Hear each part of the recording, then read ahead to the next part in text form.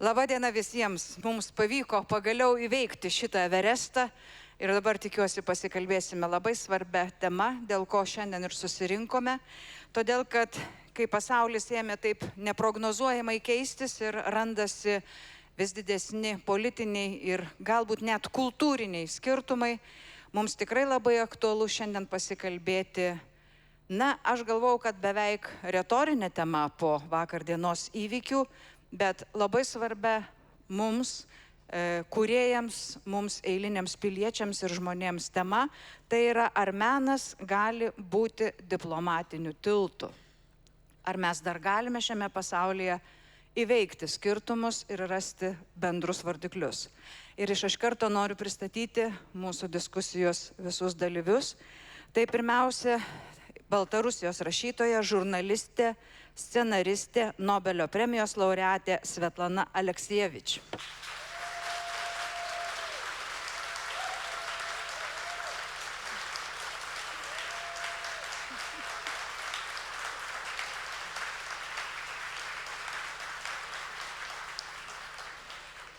Šalia manęs nacionalinės kultūros ir meno premijos laureatas, fotomenininkas Antanas Sutkus.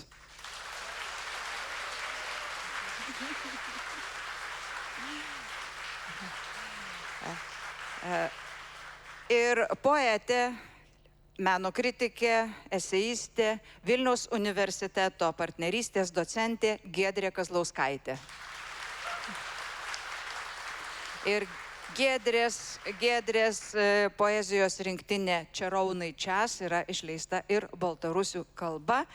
Na ir aš, Jolanta Kryževičienė, moderuosiu šį renginį. Kadangi tas klausimas mūsų šios diskusijos, ar menas gali būti diplomatiniu tiltu, yra toks gana platus, galbūt net globalus, tai aš norėčiau pradėti nuo beveik konkrečių dalykų, kadangi šį susitikimą inicijavo leidykla Flaumbaum. Jeigu išverstume iš vokiečių kalbos, tai reiškia slyvos medis. Ir šitą leidyklą Lietuvoje įkūrė dvi baltarusių rašytojos. Tai yra Svetlana Aleksijevič ir Alena Kazlova. Ir šita leidykla leidžia baltarusių ir lietuvių autorių knygas baltarusių kalba ir moterų knygas.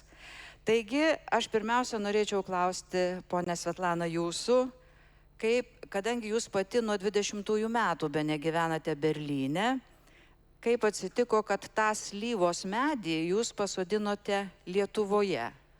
Ar tai irgi buvo noras sukurti tam tikrą tiltą?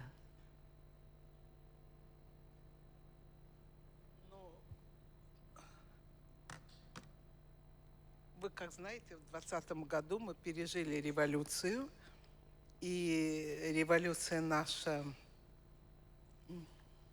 трудно это проговорить, но она потерпела поражение, потому что мы могли справиться бы с Лукашенко, но с Путиным мы справиться не могли. А он вот сразу объявил, что в беде он Александра Григорьевича не оставит. И потом мы вынуждены были все, сейчас 500 тысяч белорусов живет за границей. Это те, кто вынужден были уйти оттуда, бежали от репрессий. Больше всего людей бежали от репрессий, бежали от нежелания жить при диктатуре. И бежали вместе с ними и издательства. Потом, сколько арестовали не только людей, но арестовали издательства. И тогда мы подумали, что мы должны перенести наше издательство в Литву. Слава Богу, мы это сделали немного заранее, уже предчувствие, поскольку многие издательства были арестованы. И когда мы оказались здесь, мы поняли, что может быть, выжить нам всем может помочь только общность наших взглядов, близость наших культур, желание наших культур говорить с друг другом. И вот мы здесь обживаемся, мы влюбляемся в Литву, мы влюбляемся в ее писателей, мы влюбляемся в ее природу, во все, что есть, это другая культура, которая нам очень близка.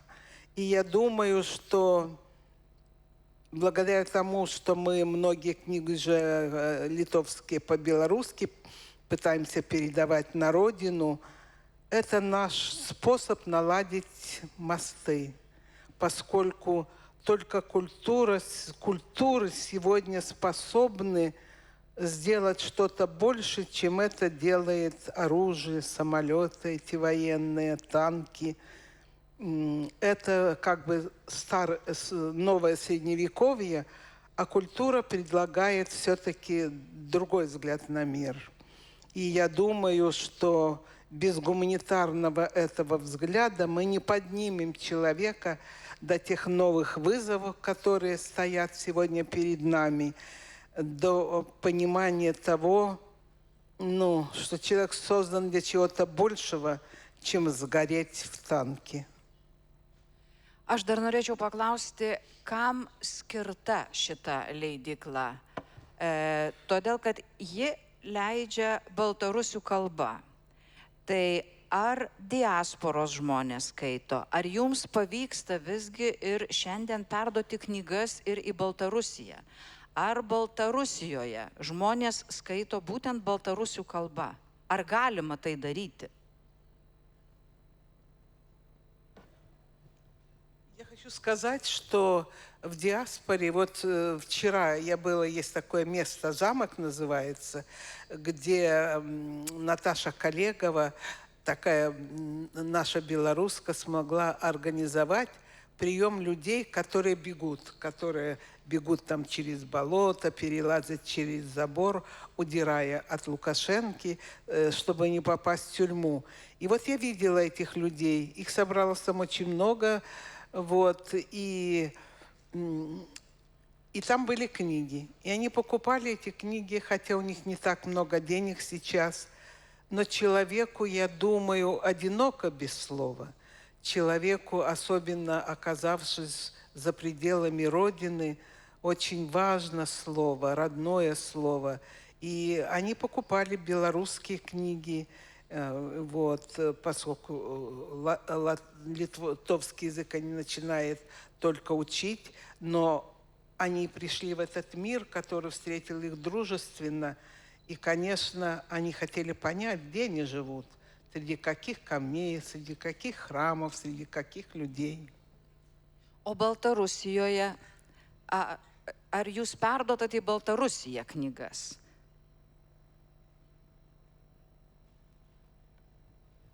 Мы стараемся передать их в Беларусь, но это очень трудно, потому что если эти книги обнаружат в багаже человека, то он будет иметь неприятности, вплоть до того, что его могут, такая у нас есть самая страшная тюрьма Крестина, что он может оказаться на Крестина. И поэтому люди везут по 1-2 экземпляра якобы для себя.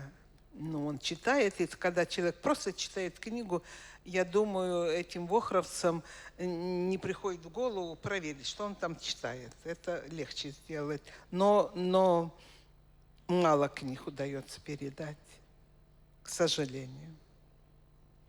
Dabar jau prašysiu, kad ir gerbiama Giedrė su gerbiamu Antanu įsijungtų į jau platesnį mūsų pokalbį. Jeigu mes dabar pradėtumėm kalbėti apie tuos tiltus, apie tuos kultūros tiltus, šiandien situacija yra tokia, kad tarp Lietuvos valstybės ir Baltarusijos valstybės valdžios prasme santykiai yra praktiškai nutrūkę ir po Lukašenkos represijų vykdytų 20 metais ir dabar dėl tokio besąlygiško Rusijos agresijos palaikymo. Tai aš noriu klausti, kokias jūs galimybės matot? Kaip individualūs žmonės, kūrėjai, kokios apskritai, nežinau, teorinės ir praktinės galimybės yra mums tuos tiltus tiesti, palaikyti kažkokius ryšius? Kaip jūs matot situaciją? Kai galvoju apie šią diskusiją, tai įsivaizdau, kad žmonės ateis, bus pilna salė, norės, aišku, pamatyti Svetlaną, nobelistę, Antaną Sutkų, didelį mūsų fotomenininką, bet ar mes galim pateikti atsakymus į tą retorinį klausimą? Kaip humanistika gali atsakyti ir ne tik į tą klausimą, ar menas gali būti tiltu, į klausimus, kuriuos iškelia šiandieninė labai karšta politinė aktualija, kas vyksta pasaulyje, ką daro Trumpas, ką daro J.D. Vance'as. Tiltų gali būti, jeigu dispečerį pažįstamą turi ministerijoje ir ministrų taryboje. Na, vis dėlto aš turiu tą atsakymą, kad tas tiltas egzistuoja. Ir jau ne vakar, ne šiandien, bet man atrodo, kad mes nuo 2014 labai esam sėkmingi dėl to, kad tuo metu mes kažkaip ryžtingai atsisakėme, tarkim, rusiškos popkultūros, nustojame klausytis rusiškos žiniasklaidos ir šia prasme labai išlošėme. Mes atsigrėžėme į vakarus, mes atsikratėme tų sovietinių reliktų, mes pradėjome mąstyti kažkaip naujai. Ir taip pat, kaip gražiai mes palaikėme Baltarusius 20 metais, kai buvo ta revoliucija ir aišku, žmonės galbūt tikisi, kad čia mes pasiūlysim jiems skaityti tą autorių, Baltarusių rašytoją, prozininką, poeziją, yra gražiai išleista šiuolaikinė Baltarusių poezija, šiandien išversta Mariaus Buroko ir Vytauto Dekšnio. Bet žiūrėkite, jeigu mes tik perskaitysim tas knygas, apžiūrėsim tuos paveikslus, pažiūrėsim tuos filmus, paklausysim tos muzikos, tai neįvyks, kad nuo tada mes gyvensim gražiai ir laimingai. Santykiai, valstybių santykiai, tautų santykiai, nacijų santykiai, jie yra sudėtingi, komplikuoti.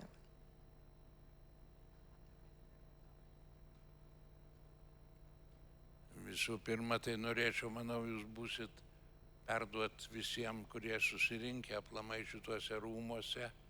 Knygos siunčia jums sveikinimus ir prašosi būti perskaitytos, kad nereiktų skaityti pereitų metų.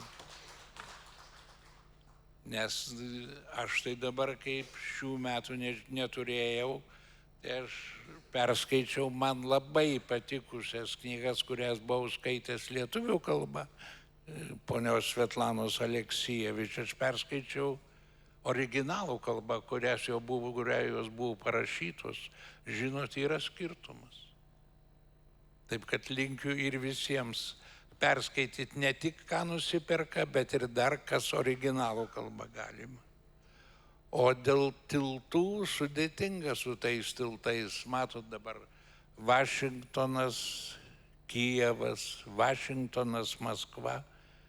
Jie ten su savo tiltais nesusidoroja, o ką jau mes, sunkiau turbūt su tais tiltais visais, bet žinoma, jeigu ir tai, kas neskaitoma, tai aš turiu pasakyti, kad Lietuva nėra užmiršta, Štaido leidykla irgi jau išleido, dabar jau bando įrišinėti paskutinį albomą Dolce Vita nomenklatūros.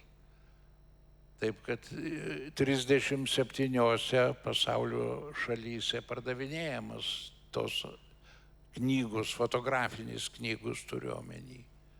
Čia mums kaip ir gal prieš kokį 10 metų buvo svajonė, o dabar jau yra tikrovė. Iš tikrųjų, Svetlanos Aleksijevič knygos tikrai gali nukelti į tą Rusiją, kurią mes turbūt jau šiandien nepateksime ir rytoj, bet žmonės, įprastai renkasi keliauti, ar ne? Keliauti, kad jie pažintų, patirtų, pasikeistų. Knygomis, filmais, muzika, meno kūriniais taip pat galima keliauti ir netgi dar, sakyčiau, patekti ne į tokias turistinės vietas, patekti į tą tokią Rusiją, kurios net neįsivaizdavai, kad yra. Pavyzdžiui, aš nežinojau, kad Sovietų Sąjungoje buvo tiek rasizmo. Svetlanos knygose yra aprašyta, kas ten vyksta su čečėnais, azerais, armėnais, gudais, tais pačiais ukrainiečiais. Ir iš tikrųjų tu pamatai tą tokį pjūvį, visuomenė yra žmogus, paprastas atskiras žmogus. Ir Svetlana, jos knygos dokumentuoja, taip ir dokumentuoja paprastų, tokių paribio šiek tiek žmonių gyvenimus, kurie nėra ten kažkokie, neturi ten kažkokių postų. Ir skaitydami tas knygas mes šiandien labai gražiai galime pamatyti, kas yra įvykę Lietuvoje ir kas galėtų daugmaž dėtis Rusijoje, nes tas pjūvis tikrai pasimato, kad žmonės vis dar yra indoktrinuoti, kad jie vis dar tiki esą sovietiniai žmonės. Pamatome baisybę seksizmo, rasizmo, tokios prievartos atviros, smurto ir perskaitę tas knygas mes tikrai galime permanyti, kokia Rusija yra, koks yra Putinas, jeigu kas nors dar nežino ar abejoja, ir tiesiog susipažinti su tuo, ko nepatirtume jokioje kelionėje ar ten, nežinau, per televizijos žinias. Aš ką norėčiau poniai Svetlanai, jeigu kas nors priekaištaus, kad rusiškai kalba, tai aš papasakosiu tokį iš savo jaunystės prisiminimą. Dariau fotografijos parodą susitikimai su Bulgarija ir ten po vienuolynus vaikščiojom, visur pastebėjau, kad didelis tų vienuolynų susidomėjimas yra publikos ir aplamai.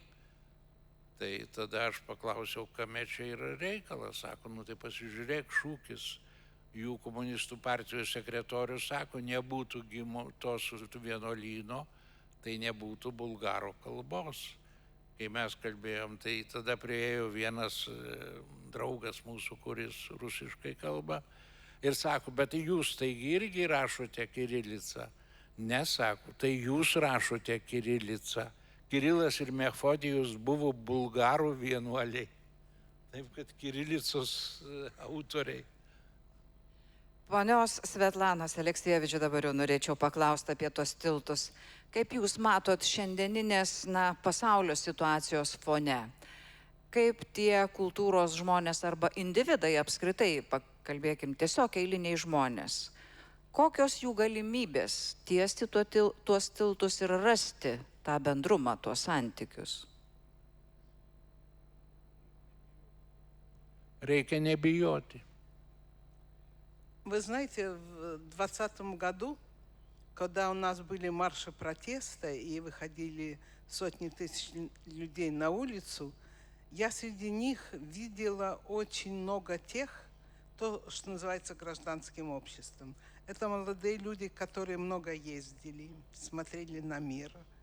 И вот это знание, которое они приобретали здесь, это тоже было тем мостом, который они потом попытались выстроить у себя на родине. Они стали читать, когда они оказались в наших разных маленьких кружках, организациях, которые сейчас Лукашенко закрыл, они вот читали другие книги. Мы приглашали, вот у меня был такой клуб Светланы Алексеевич, мы приглашали людей со всего мира, чтобы они говорили с нашими людьми, чтобы они говорили о другом мире, чтобы нам было, я считала, что нам нужно освободиться от провинциальности, что мы должны открыться миру, что вместе с демократией должно... Что такое демократия? Это знание о том, как устроен другой мир. И тот мир, который красиво устроен, разумно устроен, вот с него можно брать пример. И эти люди тогда вышли на улицу, их было, я когда шла в толпе, я так рада была встречать тех, которых видела вот в своем клубе.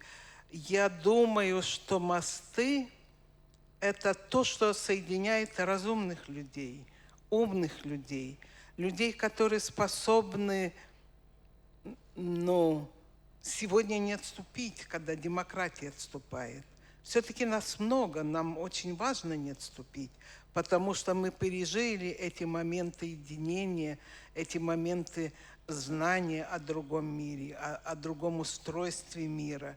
Это все нам дали вот эти мосты, которые к нам пыталась когда-то наладить с нами Европа. По-моему, тогда и удалось, но нас оказалось, к сожалению, меньше, чем тех людей из другого времени. Kalbant apie tuos tiltus, aš dabar norėčiau tiesiog paliesti galbūt tokius mentalinius dalykus, nes jeigu mes tęstumėm tą įvaizdį, tą metaforą tilto, norint pastatyti tiltą, reikia 2 bent jau minimaliai atramų. Ir tos atramos turėtų būti panašios. Jos kažkuo turėtų sietis tam, kad tiltas nenugriūtų. Jeigu bus labai skirtingos, jos tikrai nugrius. Ir mus sieja be abejo senoji istorija, LDK istorija, turiu galvoj Lietuvą ir Baltarusiją. Mus sieja labai panaši patirtis iš sovietmečio laikų. Bet po 91 metų man teko skaityti tokį buvusio Lietuvos ambasadoriaus Baltarusijoje Petro Vaitiekūno tekstą, kur jisai sako, kad Lietuva buvo okupuota 50 metų, Baltarusija 70 metų. Atrodytų nedidelis laikas, bet milžiniškas skirtumas, nes tas 20-metis nepriklausomybės mums davė pagrindą žinojimui, kur mes einame, kas mes esame. Ir 91 metais mes labai tiksliai galėjome pasakyti, kokie mes norime būti. Baltarusijoje buvo šiek tiek kitokia situacija. Tai aš noriu dabar būtent ir klausti apie mūsų tuos giluminius dalykus, mentalinius dalykus. Ar mes šiandien iš tikrųjų susikalbame? Ar mūsų yra panašios vertybės, panašus kažkokie suvokimai, kas yra mūsų tikslas, kas yra mūsų valstybės ateities ir dabarties situacijos? Kaip Jūs galvojate? Man atrodo, ir mums reiktų nusiųsti sveikinimus Antanui Smetonai, Lietuvos prezidentui Respublikos, nes jisai buvo diktatorius, kuris visiškai leisdavo tiltų įvairių statyti, nes jeigu antroji pusė ir nebūdavo priimančios pusės, o sunkiau, kai to nėra su kuo priešintis. Mes turbūt buvom įpratę, kad, reiškia, fotografijoje, kad Ezopo kalba visa kita, o paskui žiūrim, kad nėra, reikia jau tiesiai kalbėti. Ir nereikia Ezopo kalbos, Ezopo kalbą reikia užmiršti. Tai kažkur yra labai arti literatūros ir aš už tai labai vertinu Svetlanos Aleksijevič kūrybą, nes tai iš tiesų, aš nebuvau skaitęs, mane žinot, aš bijau prisipažinti. Aš perskaitęs jos kūrybą, aš nustojau skaityti aplamai literatūrą. Nes aš skaičiau, kad niekas jau taip stipriai nepasakys, kaip jinai pasakė apie Černobylį, Černobylio maldoje, kur yra pagrindinė tema gyvenimo, tai meilės ir mirties temos. Niekas geriau nepasakys apie cinko berniukai, niekas nepasakys šitų problemų, kurios iškyla vaikams, kurios lygintinos galbūt tik su Golodomoru. Taip, kad tiesiog pajunti gyvenimo ir literatūros kažkokį nematytą broliavimąsi. Kaip kad čia mane ant rankų užnešė, aš buvau prieš, tai čia taip, tai tik tai į valdžią galima eiti. Ačiū. Aš dalyvavau tokiam eksperimente prieš keletą metų. Naujosios Vilnios bibliotekoje buvo toksai vedamas knygų klubas ukrainiečių ir baltarusių pabėgėliams. Ir labai įdomiai pasimatė tuo metu. Ten ukrainiečiai nelabai ten norėjo skaityti, jie labiau kalbėjo apie save, apie savo patirtis, traumas. Ten ir psichologija dalyvavo tame klube. Ir Baltarusija viena atėjusi, aš lygi šiol prisimenu, ten mes aptarinėjom Lik Orvelo knygą, Lik Franklio. Ir jinai sako, kam man tas feminizmas, kam man jo reikia, aš viską apie jį jau žinau. Ir prisiminiau, kad, kokiais 2005-aisiais aš irgi taip galvojau. Ir supratau, kad mes turim labai daug bendro iš tikrųjų. Mes suprantam tos gudus baltarusius kaip tokius vis dėlto slavus. Labai jie tokie turėtų būti kažkokie ekspresyvūs, ekstravertiški, o jie iš tikrųjų yra ganėtinai panašus į mus mentalitetu.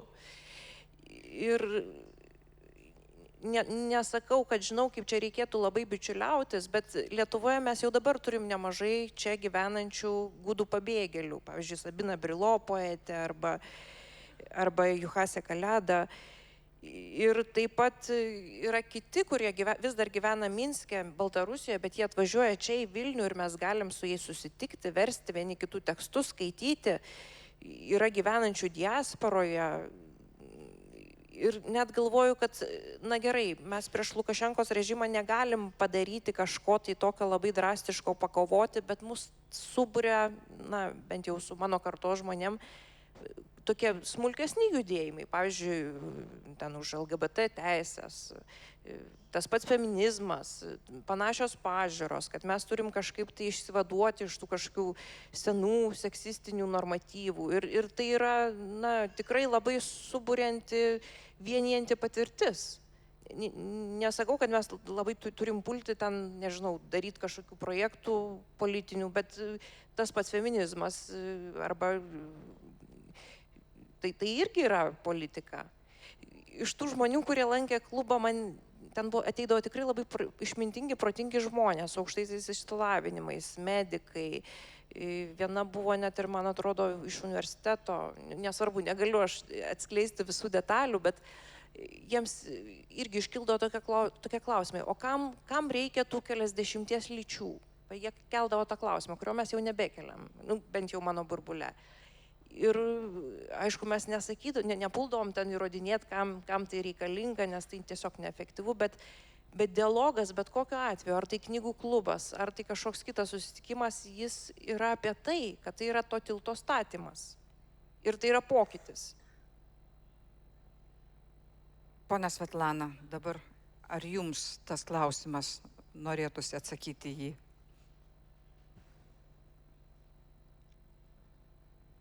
Но я думаю, что такое мост? Вот мой взгляд на жизнь, он больше связан не с таким огромным, то, что называется человечеством, нацией. Я стараюсь смотреть на мир через жизнь одного человека, через жизнь его души. Вот один человек приходит к другому, и вот как он ему может рассказать о своем страдании, о том, как он понимает мир, как он понимает религию, за что он держится в этом мире. Вот для меня это очень важные вещи. И поэтому, когда я знакомлюсь, вот, например, с другой литературой, с другими людьми, для меня это очень важно, вот это наша общность. Вот то, что делает нас людьми, да? То, что помогает нам быть больше человеком. Вот ты берешь из другой культуры то, что помогает тебе быть не просто человеком, а больше человеком. Вот мне кажется, что в этом плане очень многое может взять вот мой читатель белорусский, мой народ из вашей культуры. В общем-то, можно сказать, культуры достоинства, культуры какого-то другого культурного мировоззрения. И мне очень важно даже в этом маленьком издательстве, которое мы, нашим Флёмбаум, которым мы издаем книги, мне очень важно, чтобы мы как бы узнали друг друга больше, и каждый взял друг у друга то, что ему интересно, то, что ему сегодня поможет выдержать, в общем-то, в сумасшедшем мире. Потому что ты живешь в одном мире, а потом ты узнаешь, что Зеленского, вот вчера даже, Зеленского выгнали, в общем-то, из Белого дома, и ты вдруг окажешься совершенно в другом мире. Это же даже политикам трудно осмыслить. А как это осмыслить вот в массовом создании, просто людям? Мне тут, думаю, вот навыки этой духовной жизни, которые мы берем друг от друга, ну или пытаемся это сделать, это должно нам помочь. Aš manau, kad mes gal per daug iš Baltarusių norim. Aš prisiminsiu savo parodą paskutinę, kuri buvo prieš 6 ar 8 metus. Manau, Minske ar Gardinė, aš neatsimenu tų parodų. Po to dar buvau Brazilijoje visą pravažiuotą. Bet mes norim iš Baltarusių, kad jie eitų. Vat mes važiavom ir aš susigaudžiau, kad aš nepasiėmiau Baltarusijos partizanų parodinių darbų parodyti, kur daug metų galvoju ir nei prie vienos valdžios netinka jie nerodytini. Bet reiškia apie šitą, vat, kaip mes kalbam, kad išsiaiškinam, kad kirilica yra bulgariška, reiškia žodynas Kirilas ir Mefodijus. Tai aš kitą noriu pasakyti, kad mąstymas yra svarbiausia. O koks yra mąstymas? Kaip žmogus mąsto? Ar lietuvių, ar rusų kalba mąsto? Tai jeigu pagavai savęs, kad tu mąstai rusų kalba, reiškia, tu bijai, o bijoti reiškia pralaimėti. Koks laimėjimas didžiausias, jeigu Putino, tai jeigu pralaimi Zelenskis. Čia mes negalim to žiūrėti. Bet mes norėdami, kad ar reiškia, pajuokavau su savo jaunu kolega, kuris, sakau, jeigu aš ir parodysiu tas nuotraukas, juk neatsistatydins Lukašenko, tai gal ir neverta rodyti. Nes aš atsimenu toj parodoj, kurią aš jau būčiau užmiršęs. Aš išleidęs buvau Lietuvos žmonės, gan neblogą albumą tokį, dar prieš Štaidlą tai buvo, reiškia prieš 8 metus. Ir tą albumą mes parodoje pardavinėjom. Ir eilutė atsistojo ir viena priėjo tokia moteris apsirengusi kaip Simona de Beauvoir, kai buvo Lietuvoje, tokia namų šeimininkė maždaug. Ir sako, o kiek aš galiu nupirkti tų knygų? Aš sakau, ponia, kiek pinigų turit? Bet man va dabar tik tai atėjo į galvą. Tai jeigu aš būčiau toks sąmoningas pilietis, tai aš tos ponios adresą būčiau paėmęs ir būčiau jai nusiuntęs ir Štaidlo albumus, kaip išėjo jau. Bet kad mes vat neparodom iniciatyvus, kad mūsų turbūt ir Baltarusių, ir lietuvių mąstymas yra truputį šiaurietiškas. Mes atsargiai, o kad kas nebūtų. Tai vat man prisimena, kai vieną kartą, reiškia, po parodos aptarimų su valdžios žmonėmis, irgi ėjo tokia kalba, reiškia, ar tu myli tarybų valdžią. Manęs paklausino, aš pasimečiau. Sakau, truputį myliu, truputį bijau, truputį kitos noriu. Visi labai plojo, o paskui vienas susigaudė išeinant. Vyrai, o ko mes plojom, iš ko mes juokėmės? Iš savęs? Taip, iš savęs juokėmės tada. Taip, kad nenorėkim, kad žmonės eitų į gatves. Baltarusijoje stipresnis diktatorinis režimas negu prie Smetonos. Gal lygintinas tik su mūsų okupacija paskutinė, bet tai Gorbačiovo metai jau vėlgi buvo sąjūdis, taip kad, žodžiu, kiekvienas iš savęs. Ir aš kai pagalvojau, aš jau numirė žmogus, mano buvo geras draugas Berlyne. Aš jo paklausiau, galeristas Norbertas Bungė. Aš jo paklausiau, ar mes galim savo kūrybą pakeisti visuomenę. Jis ilgai mąstė ir pasakė, Antanai, ne. O kas gali? Tu ir aš savo asmeninių pavyzdžių. Tai va, aš manau, kad Svetlana savo asmeninių pavyzdžių jau pakeitė visuomenę. Kas perskaitė jos knygas, tas jau pasikeitęs kitas žmogus. Ačiū.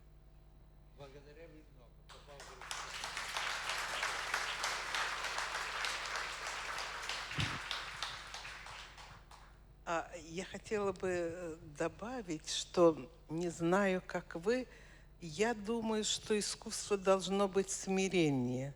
Оно не так много может, как нам бы хотелось. Вот столько книг против войны, столько фотографий против войны. А вот 21 век еще он начался. Началось новое средневековье. Русские танки пошли на Украину. И мы все оказались уже другими людьми. Я думаю, на каждого из нас это повлияло. Это повлияло тем, что то, во что мы верили, вот эти демократические перемены, нам казалось, что они необратимые. Пусть медленно, но и Россия идет к демократии, Беларусь идет к демократии. Оказалось, что этого накопления, накопление сопротивления оказалось не так много.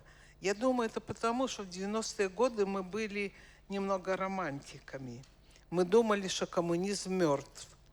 Мы думали, что идеи его мертвы. Оказалось, что нет. Оказалось, что большинство людей, особенно в России, способны жить этими идеями, умирать ради идеями. Несмотря на то, что Путин купил Россию, все-таки большинство людей вот так и думают. Это самое потрясающее для меня.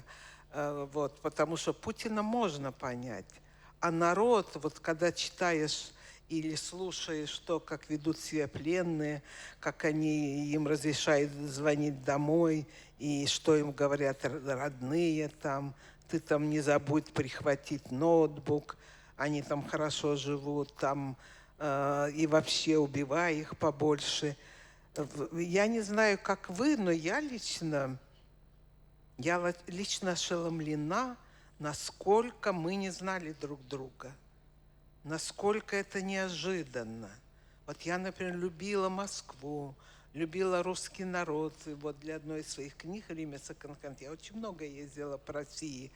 Меня пугали многие вещи, но меня многие вещи восхищали. И теперь я думаю, где же те люди, которые меня восхищали? Может, не могут же они все быть в тюрьме. Может быть, они замолчали. И поэтому, может быть, наши голоса, если они дойдут туда, может, они поддержат этих лучших людей, которые сегодня замолчали.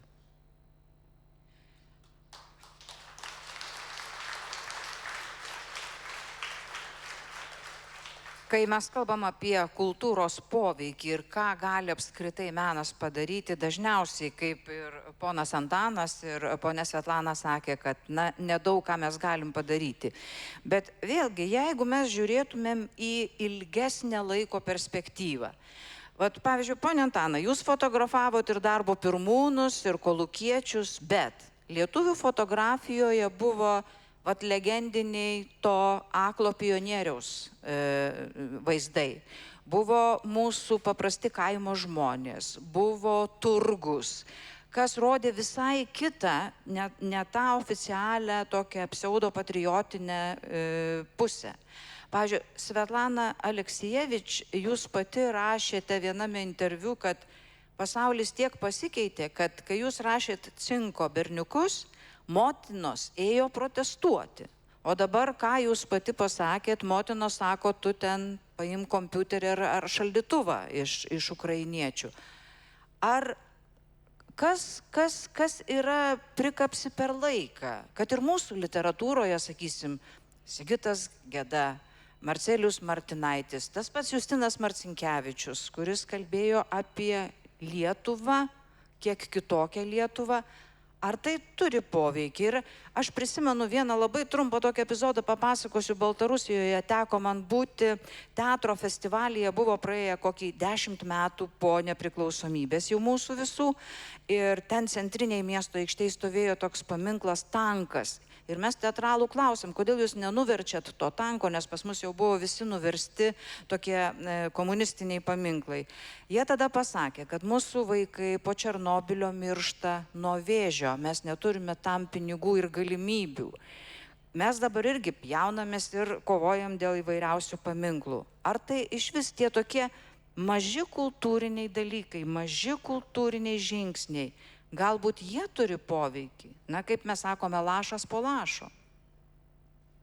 Aš tai turiu pavyzdį. Mūsų fotografas Vitalijus Butyrinas sirgo vėžiu ir prieš 50 metų, bet jis gyvas išliko ir numirė tik prieš keletą metų, kadangi jis gydėsi Vėžių institute Minske.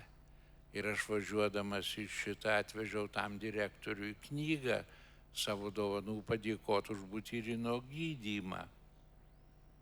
Bet pasakė, kad jis jau numirė pats nuo vėžio, numirė tas direktorius. Tai vat mes laiko sąšauką, matot, yra dešimtmečiai viskas. Ir man atrodo, kad mes per daug norim iš skaitytojų, iš žiūrovų. Daugiau norėkim iš savęs. Naktį prieš užmigdami mes su savim sąskaitą suvedam. Ne su kaimynu, ne su valdžia, ne su tiltais, ne su nieko. Asmeniškai su savim. Ką mes padarėme. Ir ką mes padarėme, kad nebijotume. Nes aš matau, Putinas puikiai įsisavino šitą. Mušk savus, kad ir svetimi bijotų. Бей своих, чтобы чужие боялись. Jis muša, sprogdina savus, kad ir su jais 12 ekipažo ir geštabų žmonių susprogdina, visas pasaulis nutyli. Jeigu tai būtų tokie pažeidimai, kokie įvyko, pavyzdžiui, Amerikos prezidentų rinkimuose, jeigu tai įvyktų Lietuvoje, tai būtų kelios bylos iškeltos. Ten buvo renkami parašai ir mokama už kiekvieną parašą po kažkokią tai sumą. O vienas galėjo išlošti milijoną pasirašęs. Tai puoldavo žmonės pasirašinėti. Visą tai nupirkti, kaip ir būtų. Bet tai tik tai mažam plotelį matosi tokie. O kai ten dideli plotai, tai žiūrėkit. Ir aš manau, kad kiekvienas ir tai yra, ir mes iš tos valdžios nereikalaukim iš jos per daug.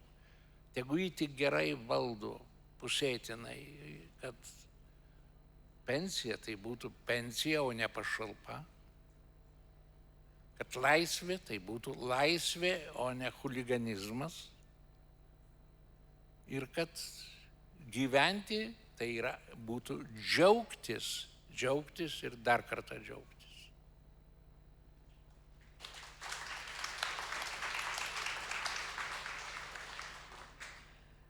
Aš tik norėjau pridurti, kad Svetlanos knygoje jie aprašo tokį veikėją, kuris kiekvieną dieną prisimena lagerį. Kiekvieną dieną, nepaisant to, kad jau nebe lagerį gyvena, ir jis prisimena, kiekvieną dieną, sako, aš galvoju apie jį.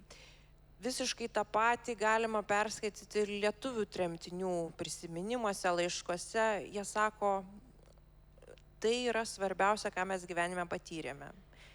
Atrodo, žmogus jau laisvė, jis gali džiaugtis gyvenimu, bet grįžta į prisiminimus. Ir ne tai, kad ten kažkokia melancholija, kankinantis tie prisiminimai, bet tai yra apie žmogaus resursus. Aš tai perėjau. Man pavyko išgyventi, aš ištvėriau badą, ištvėriau nežmoniškas sąlygas ir man atrodo, kad tai yra labai bendra.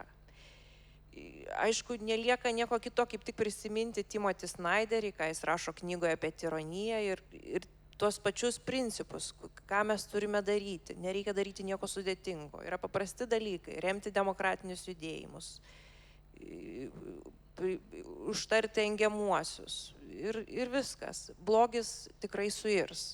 Pats iš savęs. Blogis pats save išardo.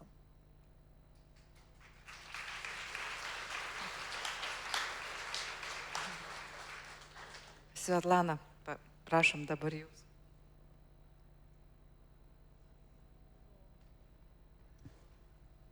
Вы знаете, вот мы, белорусы, сейчас оказались, наверное, в самом трудном моменте нашей истории. То, что происходит у нас, это даже пострашнее при Сталине. Даже Сталин, например, не выгонял из страны союз писателей, там, художников, потому что то, что происходит у нас, это просто гуманитарная катастрофа. Я уже не говорю обо всем другом, но гуманитарность, я в нее очень верю и считаю, что она очень нужна любой стране, потому что дух, я думаю, все держится на духе. Дух надо держать, поддерживать. И вот то, что произошло у нас, когда мы не заметили, как это не заметили и в России, мы не заметили, когда после нашей эйфории свободы, якобы свободы, в страну стал ползать фашизм. То, что происходит в России, то, что происходит у нас, это фашизм. И поэтому любое слово поддержки, любая протянутая рука к нам, любой новый смысл, который кто-то из художников и писателей сможет сформировать в это время, когда многие старые мысли уже не работают, когда многое занимается ненавистью, вот, а когда кто-то помогает это заменить любовью, но ненависть – это тупик, это никуда не придешь. Когда вот я записывала недавно одну свою политзаключенную, не далее, как несколько дней назад, и я спросила, она только вышла из тюрьмы, на чем ты держишься? Ты хорошо держишься, у тебя хорошее лицо осталось. Она говорит, на ненависти. Вы знаете, это и страшно, потому что ненависть никуда нас не приведет. И поэтому нужны, это немножко сентиментально, но нужны мосты из любви, из слов любви, которые люди нашли у себя в своей истории. И, может быть, они пригодятся для нас. Может быть, это искать даже тех людей, которые вышли из ада, если у них хватит силы для этих слов. Вот мне говорят, я пишу сейчас новую книгу об этом, я спрашиваю у тех, с кем разговариваю, какую вы хотите книгу? Они говорят, книгу надежды. А я себя спрашиваю, ну где же взять эту надежду? Ну где же ее взять? И вот, конечно, из силы, из веры человеческой, из того, что можно найти у вас, у нас, и как-то это соединить, как-то, чтобы люди не боялись друг друга, радовались друг другу. Ponia Svetlana, paskutinis klausimas. Paskutinis klausimas. Ar jūs tikite, kad tie žmonės, kurie 20 metais išėjo į Minsko gatves protestuoti, kad jie kada nors ateis į valdžią Baltarusijoje? Но те женщины в белых платьях с цветами, которые они дарили ОМОНовцев, я не знаю. У нас сейчас над нами витает дух какой-то гражданской войны, если нас тянут в войну. Я не знаю. Но единственное, что я знаю, что ни Лукашенко, ни Путин не победит время. Придут, может быть, не мы, а наши уже дети, внуки. Labai ačiū.